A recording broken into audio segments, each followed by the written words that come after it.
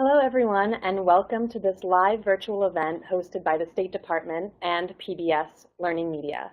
This is the first in a series of 4 conversations about ancient civilizations with experts from the State Department's Cultural Heritage Center. Today, I'd like to extend a particularly warm welcome to students from the School Without Walls here in Washington, D.C., and students from Sages High School in Beirut, Lebanon, from whom we'll be taking live questions later this hour. So I am your moderator, Kristen, from PBS Learning Media, and this is Catherine, an analyst with the U.S. Department of State, where she works to protect and preserve cultural heritage worldwide. Catherine is a trained archaeologist with a specialty in the art and archaeology of the ancient Near East. She has participated in archaeological excavations in Jordan, Turkey, and the U.S., and is a former museum curator and university instructor. So I'd like to turn it over to Catherine now to speak about the rich history of Mesopotamia and preservation projects in that region. Thank you, Kristen, and thanks to everyone who is joining us.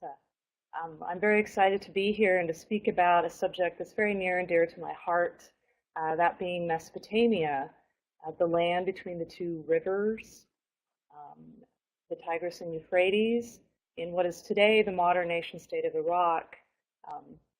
Has been said to be the cradle of civilization.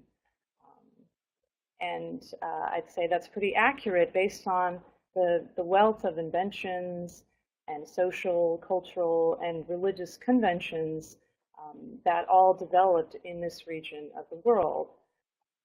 Some examples include things like writing, rule of law, codified rule of law, the wheel, cities, like some you might have heard of, Babylon, Ashur, Uruk, and in some of these places is where we have the foundation for a lot of social and cultural conventions that we live by today, and not many people know that. Even things like the way that we measure time, for example, with seconds and minutes, that's derived from the base 60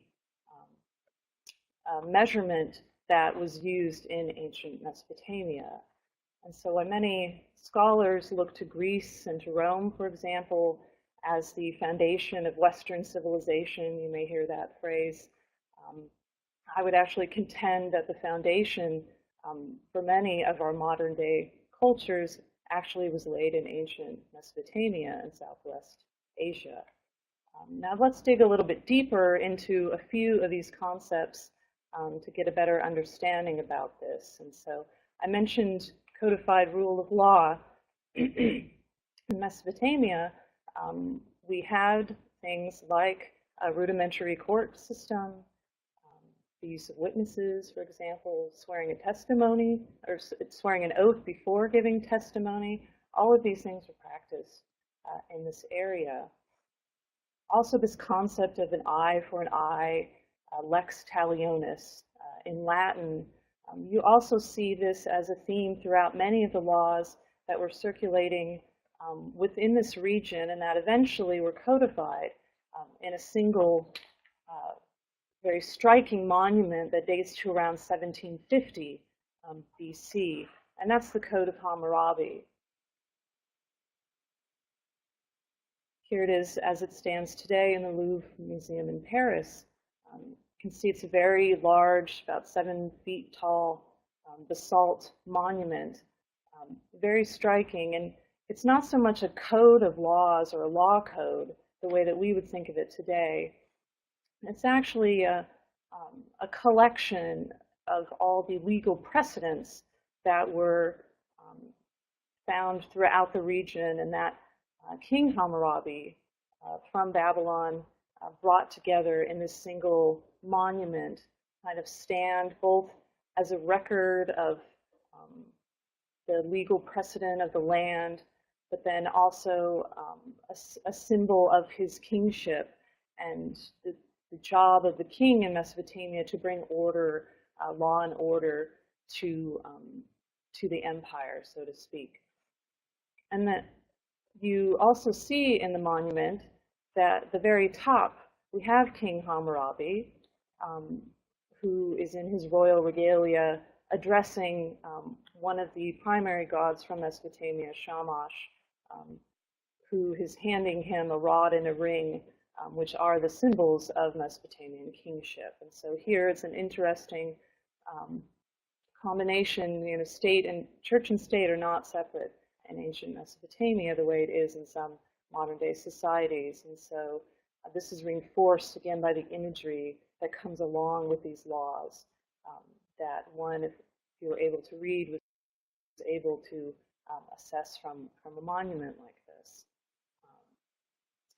Along with the laws, I've also mentioned writing before, and writing developed in this area first as a way for economic purposes.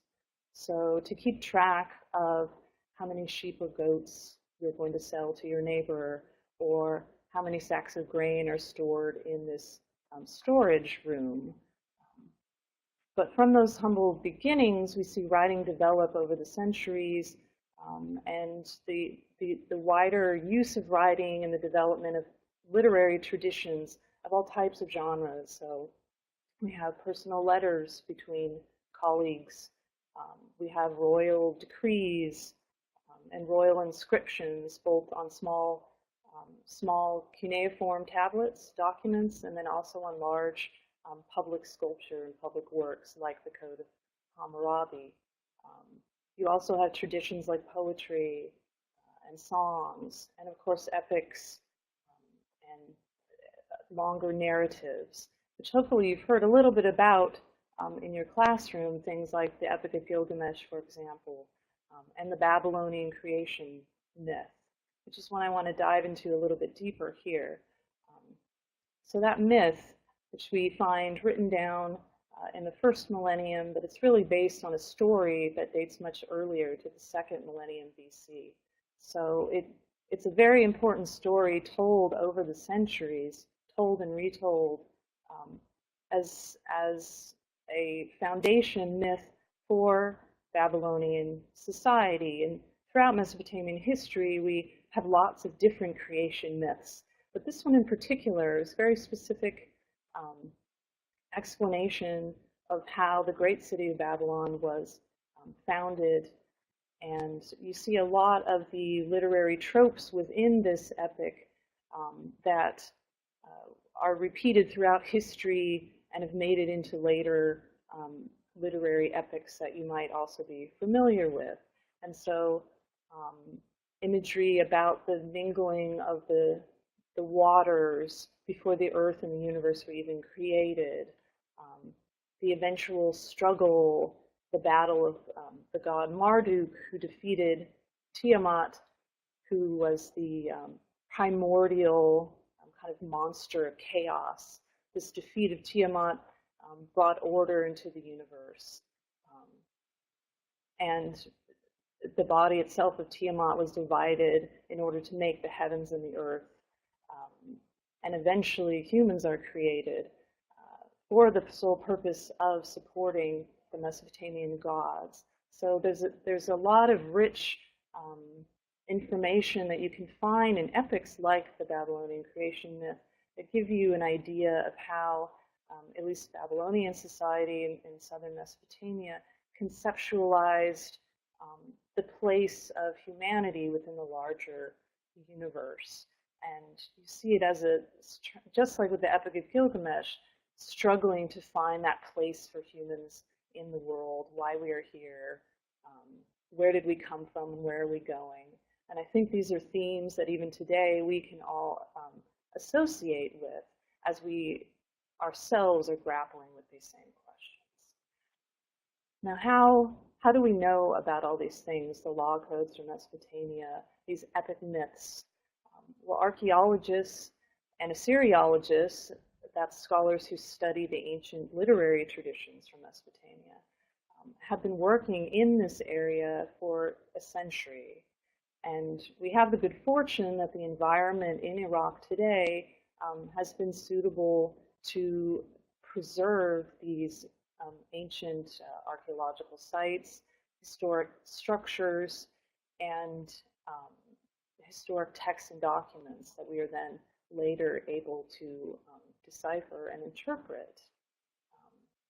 And these monuments have come down to us today, and so there's a great responsibility now in order to help protect and preserve this rich cultural heritage that is really not only Iraqi cultural heritage, but also kind of world heritage. We have that responsibility today to help to protect and preserve it so that future generations, both of scholars, but also just of the world community, can appreciate and enjoy these artifacts from ancient Mesopotamia. To that end, the U.S. Department of State has been supporting many preservation projects in Iraq, one in particular supporting the work of the World Monuments Fund and the Iraqi State Board of Antiquities and Heritage at the site of ancient Babylon. And hopefully we have a picture on the screen. Here's what Babylon we've been speaking about. Here's what Babylon looks like today, the ruins of the ancient city. And what World Monuments Fund and the Iraq State Board of Antiquities and Heritage have been doing at the site is helping to make an assessment of the current conditions of the buildings. The image you see here is of the processional way, so-called processional way at really the heart of the city of ancient Babylon. And what you have here is an interesting mixture. The outermost bricks are the original bricks, thousands of years old.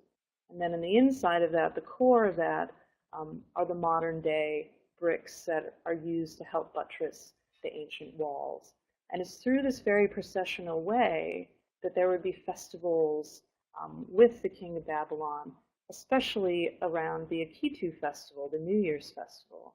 And that's where the Babylonian creation myth would be recounted and be reenacted as a way to both welcome the brand new year and also reaffirm the king's right to rule over Mesopotamia. And so this part of the city is very key in terms of the history of Babylon. And so it's very important, the work that we've been doing here. So what the State Department has been supporting is documentation of the current condition of the site, which is a very huge job. It's not only taking photographs, measurements, we're also doing a site management plan so that future generations will know how to best protect and preserve the site. Because as you imagine, Babylon is a big tourist draw for the region. Local families love to come picnic here. Tourists from across the country and the region and the world, hopefully eventually, would like to come here. And so we need to be prepared to have both access to the site while also maintaining preservation of the ancient structures. And so here the picture on the screen for you is showing work of the World Monuments Fund with their Iraqi counterparts in the processional way. And what's happened in this case, because the buildings are open to the elements, the rain has come in and it's seeped into the brickwork. And so now large cracks have developed. And so they're here on the scaffolding putting what are called crack monitors on so they can monitor how the cracks are moving and widening. And that will better inform them on what they can do in the future to help preserve this particular portion of the site. Along with the Future Babylon project, there's also another project where American and international scholars have been training Iraqi conservators, archaeologists, really the cultural heritage professionals at an institute that has been established in Erbil, which is in the very northern part of Iraq, the Iraqi Institute for the Conservation of Antiquities and Heritage. And for the past 5-6 years, this institute has been training hundreds of students from throughout Iraq on how to protect and preserve their cultural heritage. And we hope that one day this center will become a regional center to service not just Iraqis, but all the neighboring countries as well, because the heritage is very rich throughout this entire region. And so that's something that we've been working on very collaboratively with institutional partners like the University of Delaware, the Winterthur Museum, and the Walters Art Museum in Baltimore. And so these are just a few of our initiatives for how we're protecting and preserving heritage in ancient Mesopotamia. And so I'm happy now to take any questions you have, both about the ancient history of the region and also about any of our projects there. Thank you. Yeah, thank you so much, Catherine. So now we'd like to open it up. First, we'll go to the School Without Walls here in Washington, D.C., a class studying ancient civilizations. And I believe we have a question from that class ready to go. So what is the most interesting artifact you've ever found in Mesopotamia? What is the most interesting artifact you've found in Mesopotamia?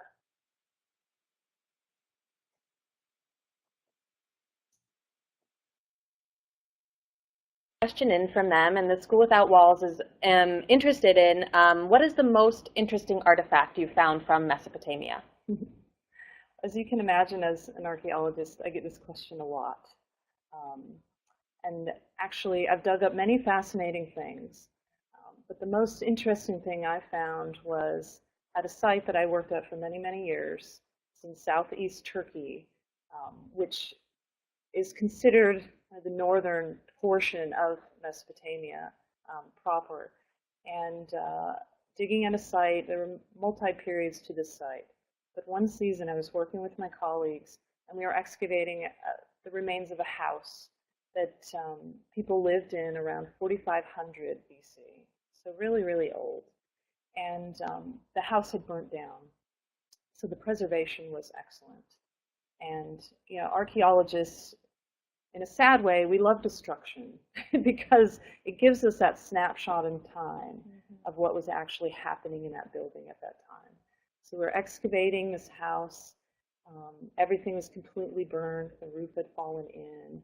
And there was one portion where we were excavating that there were a large amount of cereal grains, like barley, for example, and wheat, that they were all lumped together. They had all been in a bag, all lined up against a wall. And the initial thought is, wow, this is really interesting. We can learn a lot about what they were eating, how they were storing their food. But then it struck me, and it struck me very hard. I was in the middle of the remains of someone's house. Their house that had burnt down. This was perhaps their only storage of food. And so it got me thinking about who was living there at the time. Did they make it through the winter when their house was destroyed? Did they have family close by? Was anyone injured? So it's incidents like this that really, it humanizes what it is that we're doing. And that's one of the most satisfying things about archaeology and studying ancient history, is getting to that human level of the past and thinking about all those people that have come before us and the trials and the tribulations that they've gone through.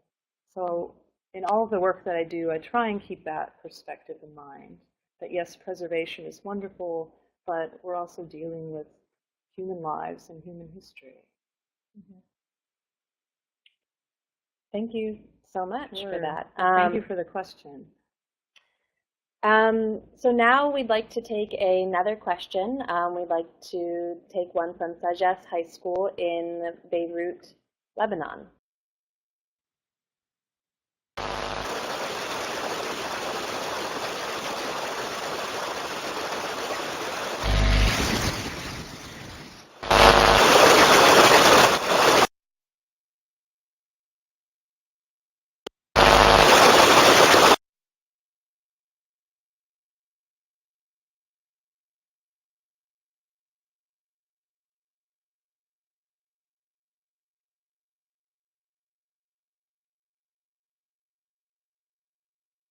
Influence do the laws of Hammurabi have on American laws? This is a really great question. Thank you for posing that. As I said earlier, the Code of Hammurabi, you shouldn't consider it as a law code per se. It is a compilation of a lot of legal precedent that was happening at the time that was all brought together in this single code. So if we look at the legal precedent, for example, and within the code we see kind of cases and outcomes for a whole assortment of transgressions, so anything from murder to assault or theft. It really covers the waterfront. But in terms of American laws, I don't want to make a one-to-one distinction because there is so much time in between the two. But so in a way, it's better maybe to look at the similarities and the differences that we might see between American law and the laws that were enforced and carried out in Mesopotamia. So maybe one similarity would be in America, we do have a dark history of slavery here, where there were parts of our population that, in terms of the law, were not treated equally. You also see that in the Code of Hammurabi. So, for example, the penalty for a free man is going to be different than it is for a slave. So you see that kind of that similarity between the two. But apart from that, of course, now in American legal system, we strive to ensure that everyone is equal under the law. We also don't carry this concept of an eye for an eye that I mentioned earlier. We don't have that in our legal system here in America, so I don't see influence there. Mm-hmm. Mm-hmm. Very interesting. Yeah, so we would love to now open it up to anyone who wants to type into their chat box, ask a question for Catherine.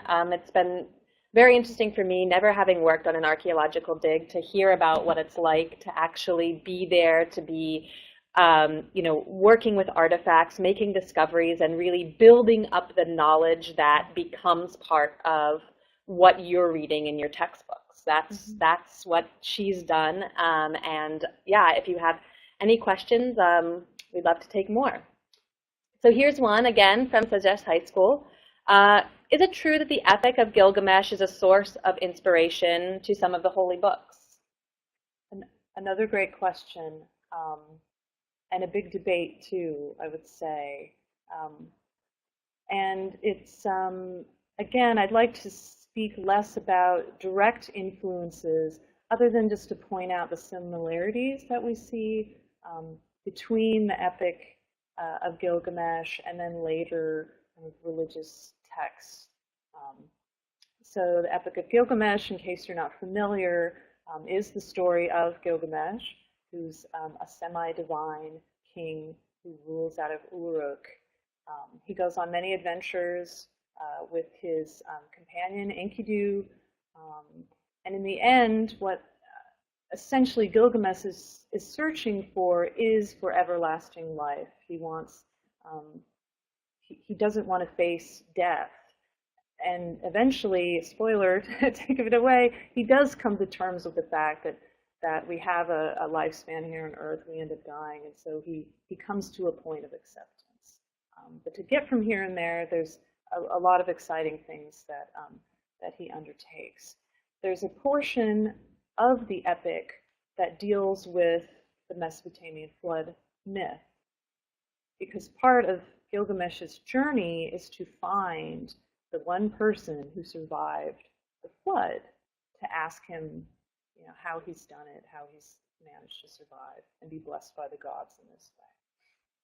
So you hear a lot about the similarities between this flood myth that's within the Epic of Gilgamesh, and say how it compares with later chronologically stories like the flood with Noah in the book of Genesis, for example. And you do see a lot of similarities, apart from just the incident of a flood. There's also a single protagonist, so to speak, for the story. There's a large boat involved in order to survive the flood. Um, Birds are sent out, for example. The boats end up landing on mountaintops.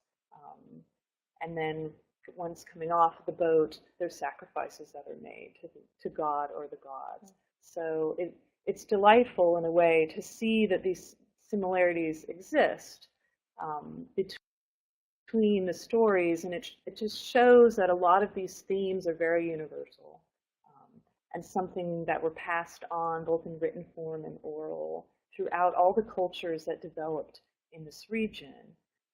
And even later in the Quran, you have flood myth as well, with some of those similarities. So it'd be a fun debate for your classes to talk about whether it's direct influence or it's simply another version that's recounting the same event. I leave that to you to debate.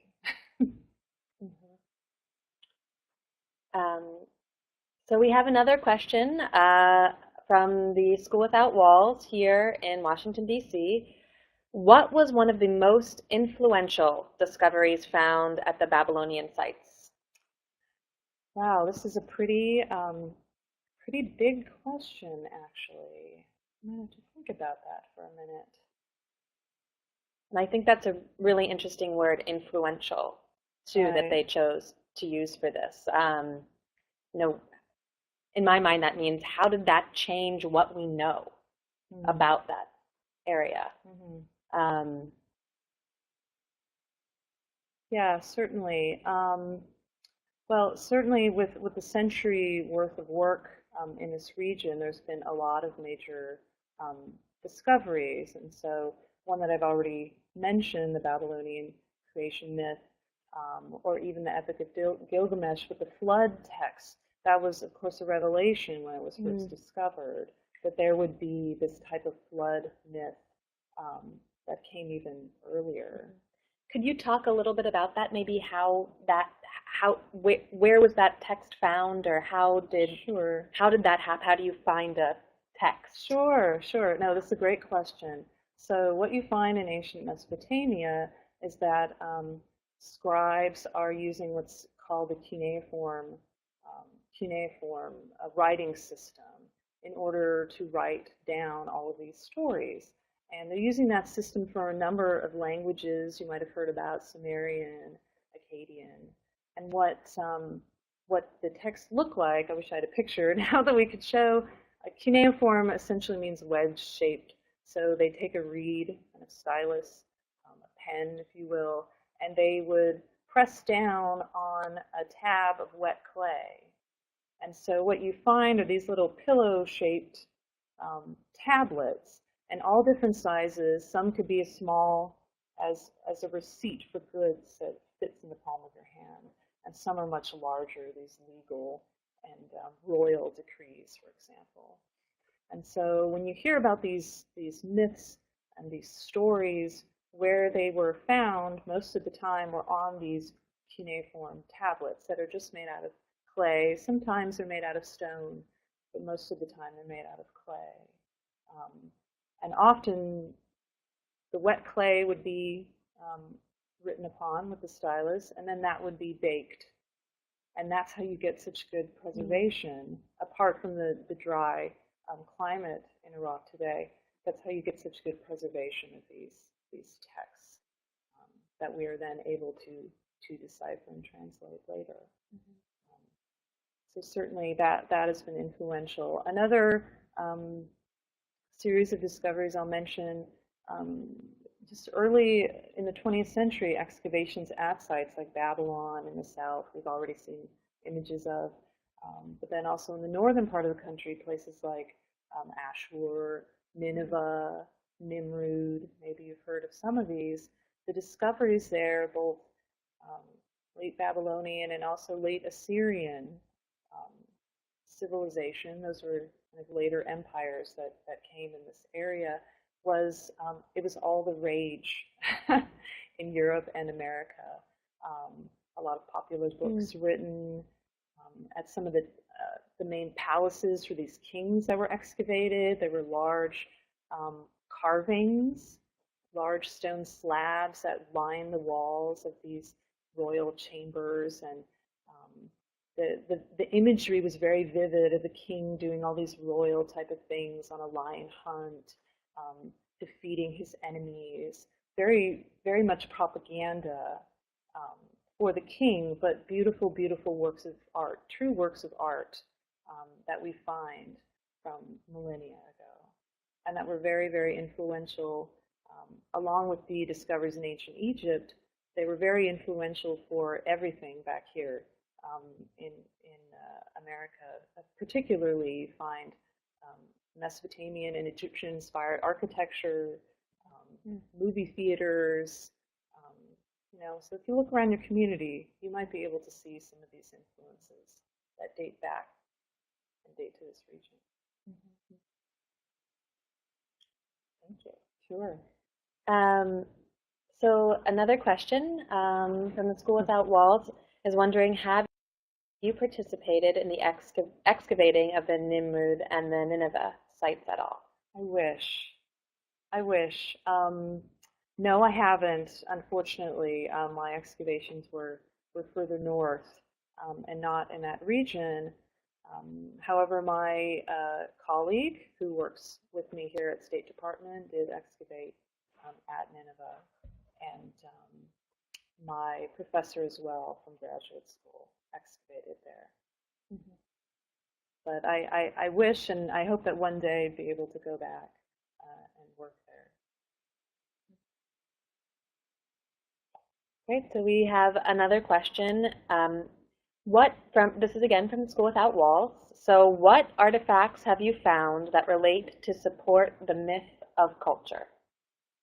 I'm not quite sure what myth of culture means in this case, but I will say my excavations that I've been on in the region have been prehistoric. So there's no writing at my sites, though a lot of the sites I dug at, they straddled the line. Writing was just starting to be developed, 3000 BC. So I always hoped that I would find, some kind of rudimentary economic text, but alas, I never did. So unfortunately, I myself have not excavated any textual sources. Yeah.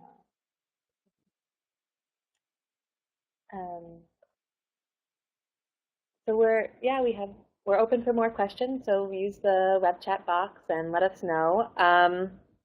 The School Without Walls is asking, how did Mesopotamia impact what we do today in terms of technology? Wow, this is a really great question as well, and a big question. I think we could speak for a while on that. Conceptually, I've already spoken about the base 60 kind of numbering system, which many of you probably didn't know about that developing first in Mesopotamia. And so, as I've mentioned already, that's impacted the way we conceptualize time and measure time. The Babylonians are well known for their technology, especially in terms of, don't want to call it astrology, but they're very attuned to the movement of the stars and the planets, and that's something they dutifully recorded. So that's certainly an influence that is carried into later civilizations and then on to us today, certainly.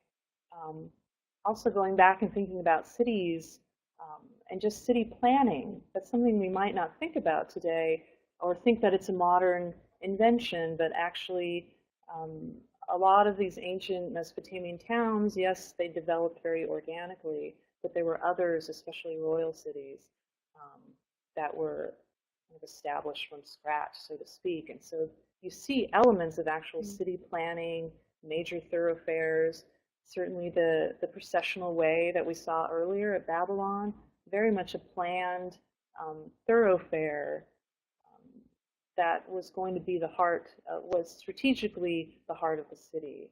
And so this type of technological advancement is something certainly that we use today, of course, in planning out our own cityscapes. So those are just a few examples, and we could have many, many more that discuss ancient Mesopotamian technology that we see in today's society. Great. And another question, are there new tools being developed that will change how archaeology happens? Or is it sort of the idea of all shovels and picks? Right. Another great question.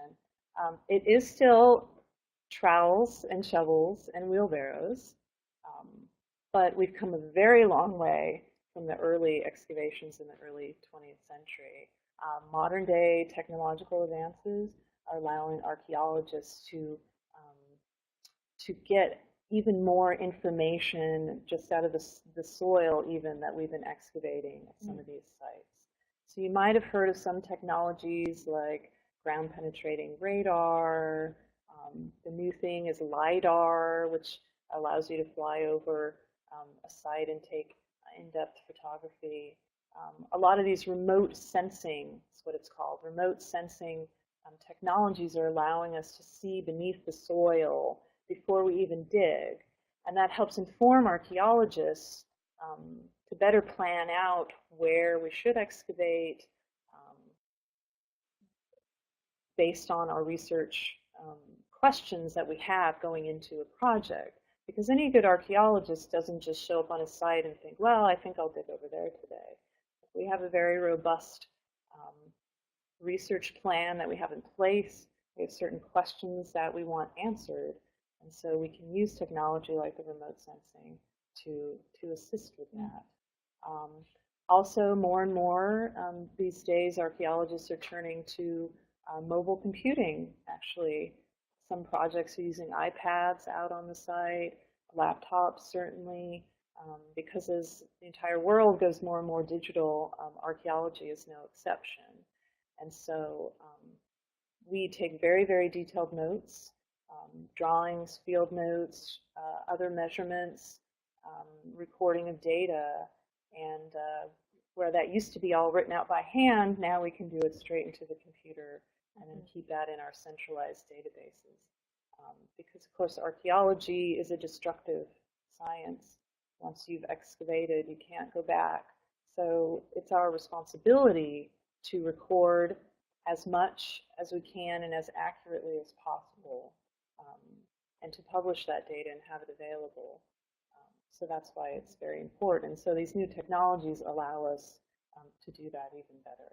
So yes, at the end of the day, we still need our trowels. We still love our trowels, and still need them to do the physical work. But there's also other new technologies that's helping us do our work even better. Thank you.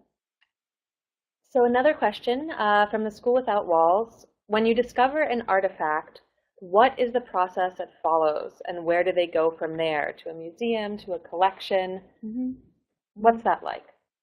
Well, this is going to differ based on the rules and the laws in the country in which you're excavating. So I'll try and speak what the general process normally is. So archaeological excavations get permitted by the government ministries of culture who operate in that country. And so with that permit, you're allowed to go and excavate a certain site. And so when you find artifacts from that site, they initially will just come back to the dig house or to a storage area that's close by, so that the archaeologists and those working on the projects can first record everything about the object. Take photographs, make drawings, weigh it, do other measurements that need to get done.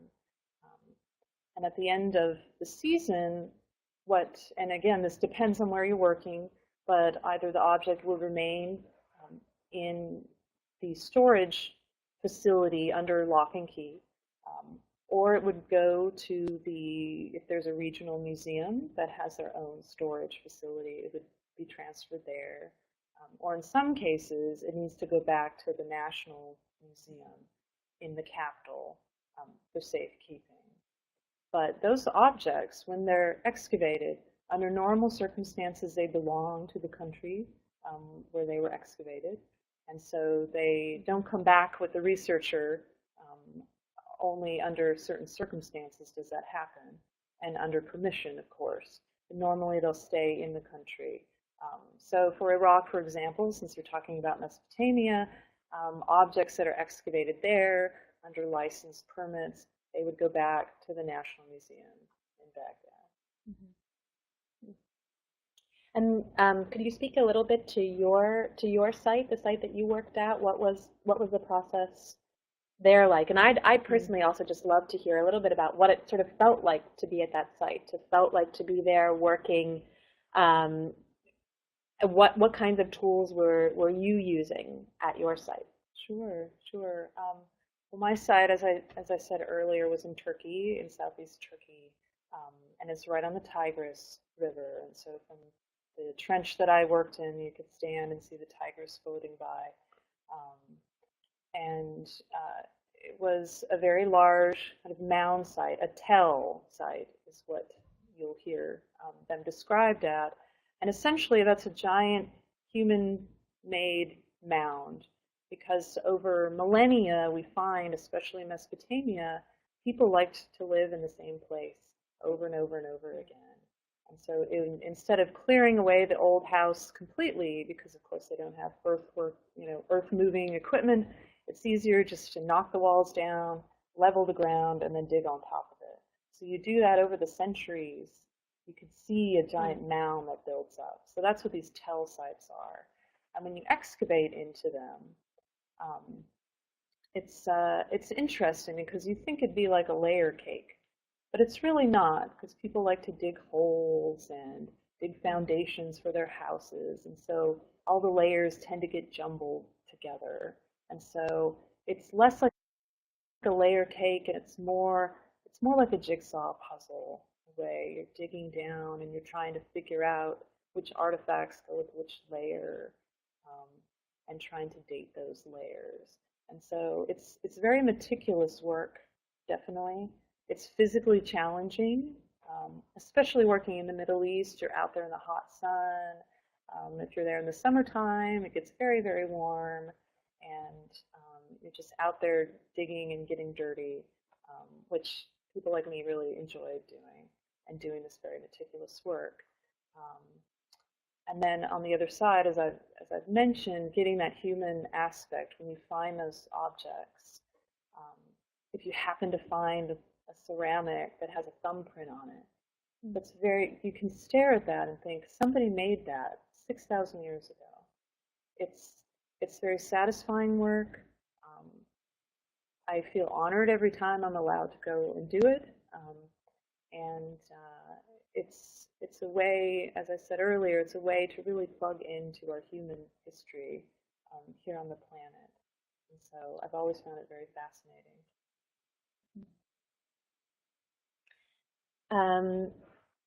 And so we have a question from the School Without Walls, and I think you've gotten at this a little bit, but I'd love to hear more. That was a question that was absolutely in my head right when you asked this one. But what caused you to decide you wanted to be an archaeologist? My own origin story. Yeah. Okay. Truth be told, I've wanted to be an archaeologist since elementary school, grade school.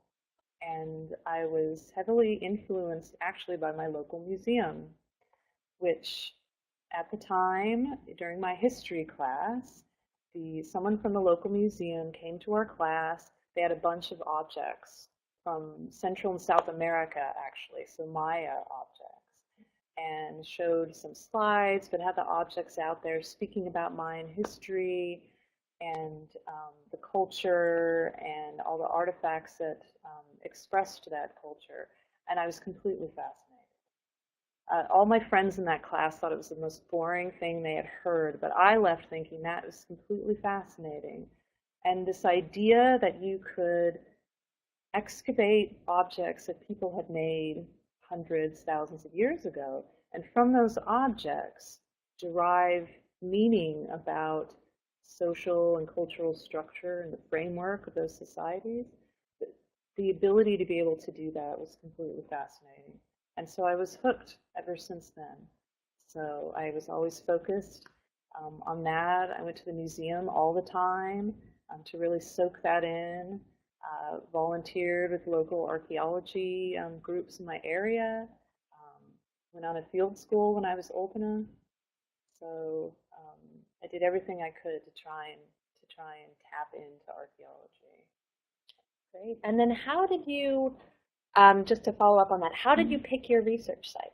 How did you decide, out of all the places I could go do this work, how did you decide where you did? Right. Well, through all of my studies, I was continually drawn back to this point in time around 3000 BC, where in Mesopotamia, at least, it's a transitional period. And as I've said previously, this is when we get writing really developing. We have cities starting to develop. We also have the blossoming of this interregional trade in the area. And so it's these starting points for these major developments for civilization that I kept coming back to and finding interest in that. What were people like then? What was their worldview that they were developing all of these things within? And so that site in southeast Turkey at Kenan Tepe gave me an opportunity to excavate a period and in the region that corresponded to this time period, this transition. And so that's why I worked at that particular place. And could you talk just a little bit about what you found? Sure. There, and what did that change the way that you had thought about that site before you went?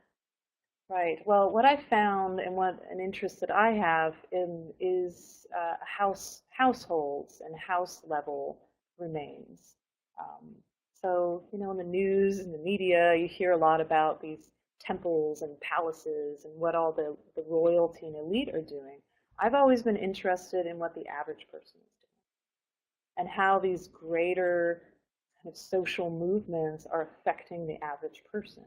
And so at that site, I dug a lot of houses, dug through people's trash. That's where you get the best information. And got a better sense of how people carried out their day-to-day activities in the face of these growing changes that I mentioned earlier about writing and interregional trade.